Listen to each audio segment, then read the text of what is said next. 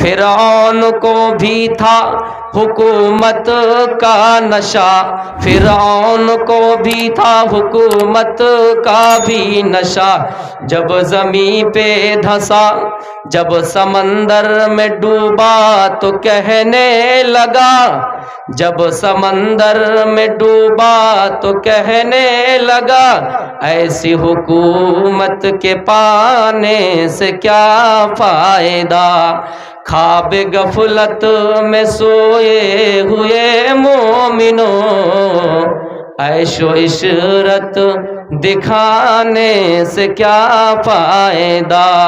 میرے بھائی اسی چیز کو منتروں میں کہا، اگنے نیا سو پتھارے آسماں، اگنے نیا سو پتھارے آسماں بسوانی دیب ویونان بیودان ویودھا سمبزہوران منو دوشتام تنما اکتی کام بدھیما۔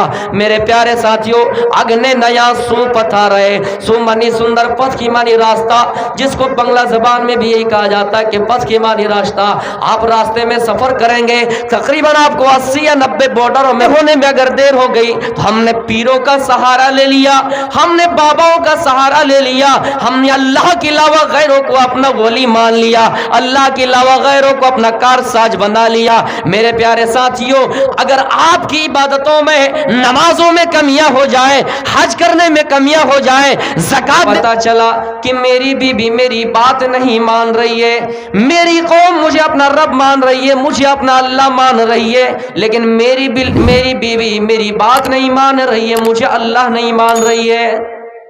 میرے پیارے ساتھیوں، جب فرعون کو پتا چلا تو اپنے سپاہیوں کو کہا، اے سپاہیوں جاؤ میری بیوی کو آگ میں جلا دو، اے سپاہیوں میری بیوی کو سزا دو، اور یہ کہو کہ فرعون کو اپنا رب مانے۔ میری ماؤں بہنوں، تم اپنے شوہر کے کچھ کمیاں دیکھ کر ان کی برائی کر دیتے ہو اور ناشکری کرتے ہو۔ ان کے پاس بہت کچھ مال تھا، فرعون کے پاس بہت دولت تھی، اگر آسیہ چاہتی تو ان کے پراپرٹی میں رہتے، آسیہ چاہتی تو ان کے مال سے عیش و عشرت کرتے، لیکن اس دنیا کی زندگی کو انہوں نے ترجیح نہیں دی اور کہا کہ اے سپاہیوں جاؤ فرعون سے کہہ دینا کہ ہم تم کو اپنا رب ماننے والے نہیں ہیں، اس لیے کہ ہمارا رب تو اللہ ہے جو زمین و آسمان کا مالک ہے، زمین و آسمان کا پیدا کرنے والا ہے۔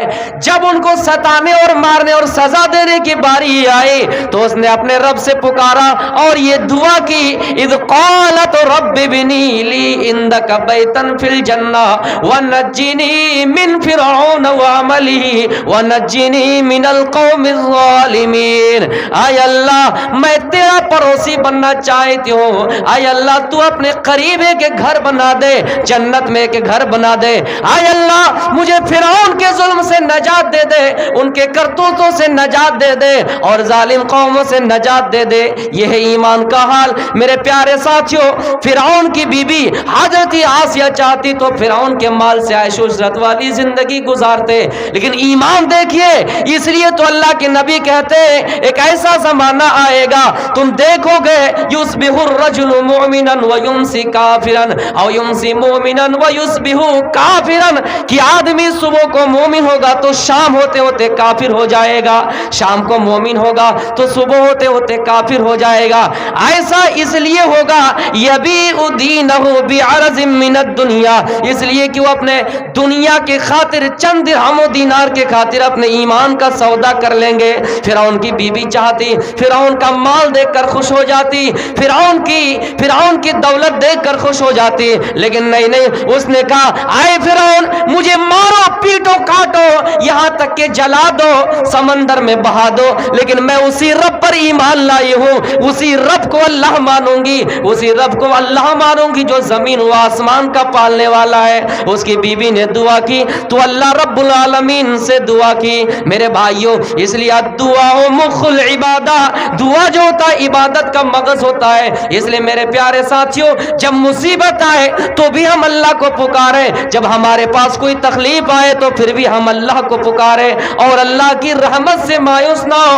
حضرت زکریا علیہ السلام، حضرت زکریا علیہ السلام بوڑھے ہو چکے تھے میرے پیارے ساتھیوں، وہ بانجھ تھے، ان کی بیوی بانجھ تھی، وہ بالکل بوڑھے ہو چکے ہیں، کمزور ہو چکے ہیں، لیکن دیکھا کہ اللہ رب العالمین نے یہ ایک نبی حضرت عیسیٰ کو بغیر باپ کے اس دنیا میں بھیجا، بغیر باپ کے پیدا کیا، تو حضرت زکریا نظر آسمان پر اٹھائی اور اللہ سے دعا کی، یہ تمنا کیا کہ اللہ بغیر باپ کے تو اس دنیا میں بیٹا پیدا کر سکتا ہے، بغیر باپ کے روئے زمین میں کہ نبی پیدا کیا ہے، اے اللہ میں بوڑھا ہو گیا ہوں تو کیا ہوا، تیری امید سے میں غافل نہیں ہوں گی، تیری امید ہمارے دل میں ہمیشہ جاگی رہیں گی، اور اپنے رب کو پکارا۔ ہنالک دعا زکریا ربہ ربی حب لی من لدنک ذریۃ طیبۃ، اے اللہ تو مجھے ایک نیک اولاد عطا فرما، ایک نیک صالح اولاد عطا فرما، ایک نیک بیٹا عطا فرما۔ تو اللہ رب العالمین نے حضرت زکریا کو ایک نیک اولاد عطا فرمایا۔ میرے پیارے ساتھیوں، بوڑھے ہو چکے تھے، لاغر ہو چکے، کمزور ہو چکے، اوپر سے بانجھ تھے، لیکن اللہ رب العالمین سے دعا کی، اللہ رب العالمین نے ایک بیٹا دیا، اولاد کے طور پر ایک نعمت دی۔ ہم اور اب جوان ہیں، لیکن ہماری اب بچے ہونے میں اگر دیر ہو گئی تو ہم نے پیروں کا سہارا لے لیا، ہم نے باباؤں کا سہارا لے لیا، ہم نے اللہ کے علاوہ غیروں کو اپنا ولی مان لیا، اللہ کے علاوہ غیروں کو اپنا کارساز بنا لیا۔ میرے پیارے ساتھیوں، اگر آپ کی عبادتوں میں، نمازوں میں کمیاں ہو جائیں، حج کرنے میں کمیاں ہو جائیں، زکات دینے میں کمیاں ہو جائیں، اللہ رب العالمین ہو سکتا ہے کہ معاف کر دے، لیکن ان شرکیہ جملے کرنے والوں پر، ان شرکیہ کلمات کو اپنانے والوں پر، ان شرکیہ اعمال کو کرنے والوں کو کبھی معاف نہیں کرے گا۔ ہنالک دعا زکریا ربہ، زکریا نے اپنے پروردگار سے دعا کی۔ حضرت آدم علیہ السلام کو جب اللہ تعالیٰ نے جنت سے نکال دیا اور زمین پہ اتار دیا تو حضرت آدم علیہ السلام نے بھی یہی اللہ تعالیٰ سے دعا کی، ربنا ظلمنا انفسنا وان لم تغفر لنا وترحمنا لنکونن من الخاسرین۔ اے اللہ ہم نے اپنے نفس پر ظلم کیا ہے، اے اللہ ہم نے گناہ کیا ہے، اے اللہ تو ہمیں معاف کر دے، اے اللہ تو اگر معاف نہ کرے تو پھر کون ہے جو ہمیں معاف کرے، اگر تو معاف نہ کرے گا، معاف نہیں کرے گا تو ہم جہنمی میں ہو جائیں گے، ہم جہنمی ہو جائیں گے، ہمارا ٹھکانہ جہنم ہو جائیں گے۔ حضرت آدم علیہ السلام دعا کر رہے اور اپنی بخشش مانگ رہے تو اللہ رب العالمین سے مانگ رہے۔ حضرت یونس علیہ السلام مچھلی کے پیٹ میں پھر بھی سہارا لے رہے اور دعا کر رہے اور اپنے رب سے دعا کر رہے، لا الہ الا انت سبحانک انی کنت من الظالمین۔ بڑی پاک ہے تیری ذات، اے اللہ تو بڑا پاک ہے، تیری ذات پاک ہے، اے اللہ اگر تو مجھے اس سے نہیں بچایا تو ہم تو ظلم کرنے والوں میں سے ہو گئے، ہم تو گناہ کرنے والوں میں سے ہو گئے۔ وہ حضرت یونس علیہ السلام پکار رہے تو اپنے رب کو پکار رہے۔ میرے پیارے ساتھیوں، اگر کسی کو دعا کے علاوہ بد دعا کی بھی ضرورت پڑے تو پھر بھی ہم اللہ کی طرف نسبت کریں اور یہ کہیں، یا اللہ یہ انسان روئے زمین میں پاپ کرتا ہے، یا تو اس کو ہدایت دے دے یا پھر اس کو زمین میں ہلاک کر دے۔ آپ نے نام سنا ہوگا، حضرت موسیٰ علیہ السلام کا مشہور پیغمبر ہے، جلیل القدر پیغمبر ہے۔ ان کے زمانے میں ایک بادشاہ تھا جن کا نام نمرود، جن کا نام قارون تھا، جن کا نام قارون تھا۔ اللہ نے ان کو اتنی دولت دی، اتنی دولت دی کہ ان کی کنجیاں کئی بڑے طاقتور قوم ان کی چابیاں نہیں اٹھا پاتے تھے۔ یہ قارون کون تھے؟ ان قارون کان من قوم موسیٰ، یہ موسیٰ کی قوم میں سے تھے۔ میرے پیارے ساتھیوں، اللہ نے جب ان کو دولت دی، دولت کے نشے میں چور ہے اور گھمنڈ کرنے لگا، زمین پر اترا کر چلنے لگا، اپنے قوموں کو ستانے لگا۔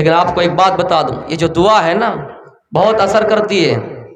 اگر ہم اللہ سے کہیں کہ اللہ ہمیں دنیا میں بھلائی عطا فرما، تو ضرور اللہ کسی نہ کسی شکل میں ہمیں اور آپ کو بھلائی دیتا ہے، چاہے اس دنیا میں ہو اس دنیا میں کسی نہ کسی شکل میں ہم یہ چیز مانگے، اگر یہ چیز اللہ نہ دے کوئی اور چیز دے دے، لیکن ضرور اللہ دیتا ہے۔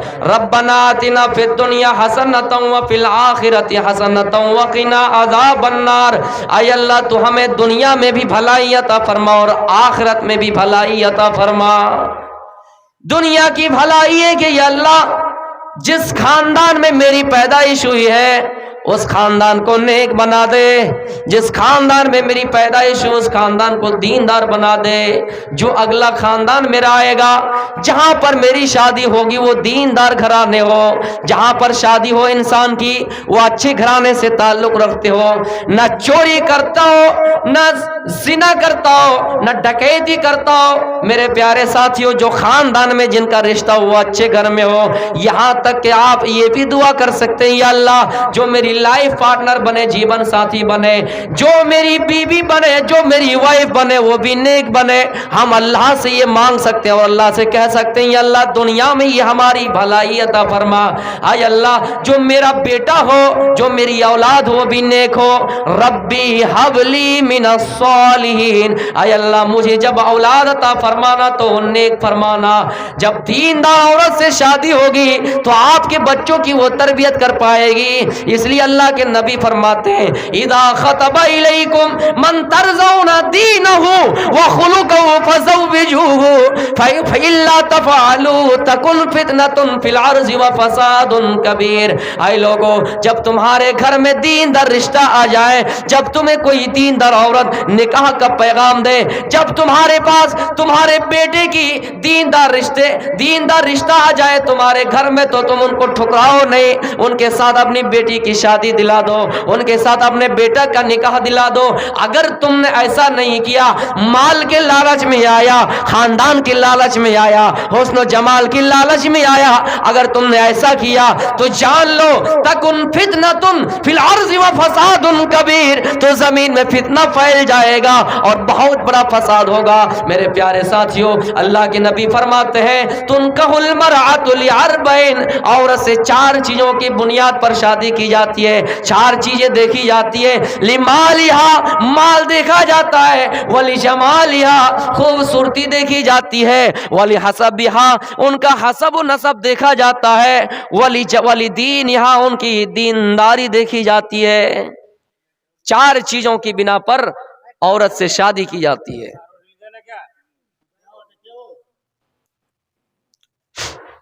عورت سے 4 چیزوں کی بنا پر شادی کی جاتی ہے۔ اللہ کے نبی فرماتے ہیں یہود مالداری دیکھ کر شادی کرتے تھے، عیسائی حسن و جمال دیکھ کر شادی کرتے تھے، اور عرب میں زمانہ جاہلیت میں حسب و نسب دیکھ کر شادی کیا کرتے تھے۔ اے میری امتوں، تم لوگ دیندار رشتے کو ترجیح دو، دیندار عورت کو شادی کرو، دیندار عورت سے شادی کرو۔ ٹھیک نہیں ہوگا کیا؟ یہود مالداری دیکھ کر شادی کرتے تھے، عیسائی خوبصورتی دیکھ کر شادی کرتے تھے، زمانہ جاہلیت میں حسب و نسب دیکھ کر شادی کرتے تھے۔ اے میری جماعت کے لوگوں، اے میری امت، اے میرے صحابہ، تم لوگ دیندار رشتے کو ترجیح دو، دیندار گھرانے میں شادی کرو۔ جب تمہاری بیوی نیک بن کر آئے گی، جب تمہاری بیوی نیک ہوگی تو وہ تمہارے بچوں کو بھی نیک بنانے کی کوشش کریں گے۔ میرے بھائیوں، لیکن معیار ایک ہی ہونا چاہیے۔